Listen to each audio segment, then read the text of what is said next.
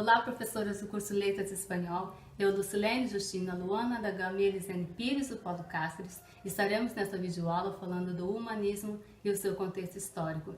Para compreender o que foi o humanismo, primeiro temos que saber o que estava acontecendo lá na Idade Média. Então, lá na Idade Média, na época do trovadorismo, as pessoas viviam sob forte influência da Igreja Católica. A igreja usava a ideologia do teocentrismo, era Deus no centro de tudo. Então ela usava essa ideologia para impor regras às pessoas, fazendo acreditar que tudo que elas tinham e faziam era por vontade de Deus. Então, entre aquelas pessoas, algumas começaram a se sentir incomodadas com aquelas imposições e começaram a se questionar por que a igreja impunha aquelas regras às pessoas. Então, dali, dava-se início a uma nova escola literária, o humanismo. Onde e quando iniciou o humanismo? O humanismo iniciou lá na Itália, no final do século XIII e início do XIV. Esse período ficou conhecido porque marcou a transição da Idade Média para a Idade Moderna e o Renascimento. Então, os humanistas não eram contra a igreja, eles não pretendiam uma ruptura e muito menos mudar a característica delas. Eles eram pessoas mais racionais, então eles queriam entender por que aquelas regras impostas a elas, ou por que daquelas imposições, e por que eles teriam que obedecer àqueles princípios da igreja. Então eles deixam a filosofia teocêntrica, passando a adotar uma nova filosofia de vida, o antropocentrismo, ou seja, é o homem no centro do tudo. Então eles passam a valorizar o homem pelo homem. Então eles passam a acreditar que tudo que eles fazem conspira a seu favor, que a natureza conspira a seu favor. Então eles resgatam os valores gregos romanos, fortalecendo ainda mais os seus saberes críticos, se tornando pessoas capazes de contestar os dogmas da Igreja Católica. Então o humanismo é isso, é o antropocentrismo, é o homem no centro de tudo e pessoas mais racionais. Um dos representantes desse movimento humanista foi o teatrólogo Gil Vicente.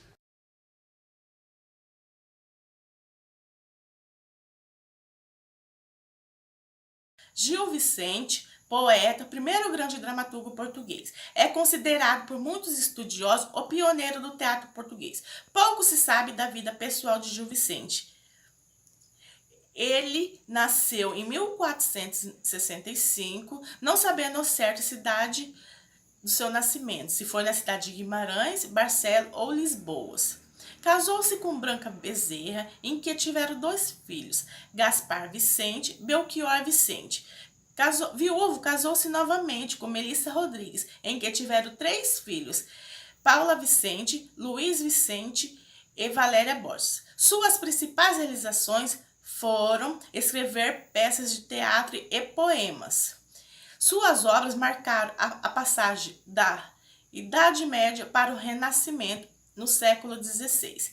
Em 1502, Gil Vicente estreou no teatro, representando para a rainha a obra O Alto da Visitação, celebrando assim o nascimento do príncipe que deveria ser Dom João III. Gil Vicente ele era encarregado pela organização das festas realizadas no palácio. Dessa maneira, ele tinha a oportunidade de demonstrar suas obras, ficando assim conhecido e prestigiado pela corte. Neste mesmo período, Gil Vicente produziu 40 peças de teatro, incluindo a farsa de Inês Pereira.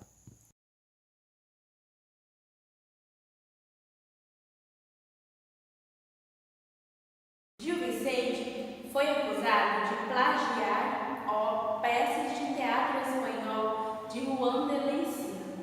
Diante disso, ele pediu para todos aqueles que o acusavam desse a ele um tema para que em cima desse tema ele criasse uma peça. Foi então que deram a ele o seguinte ditado popular: mais vale asno que me leve que cavalo que me derrube. No auge da sua carreira dramática, Gil Vicente criou-se então a farsa de Inês Pereira. A farsa de Inês Pereira ela é considerada a peça mais divertida, complexa e humanista. Ela foi apresentada pela primeira primeira vez para o rei D. João III em 1523.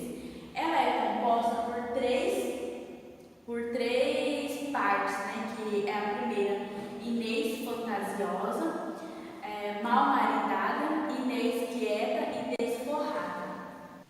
A peça ela é composta pelos seguintes personagens, tendo como principal personagem a Inês Pereira, né, que era uma jovem que sonhava em ter um marido que vivesse, né, que tivesse os mesmos sonhos e curtir a vida assim como ela sonhava, né, e aproveitar a vida. A mãe, né, a mãe de Inês, Leonor Vaz, Pero Marques, Latão e Vidal, Brás da Mata, Moçô, Ermitão e Fernando e Luzia. A farsa de Inês Pereira ela é uma peça humanista, né? Composta por 30 cenas poéticas, né? Dividida em estrofes, né? Geralmente formadas por 9 versos, né? 1, 2, 3, 4, 5, 6, 7, 8, 9 versos, né? Rimados, né? Esses versos eles vêm rimados, né? São rimados e no padrão, seguindo o padrão A, B, B, C, C, D, D, C, né? Esse seria o padrão.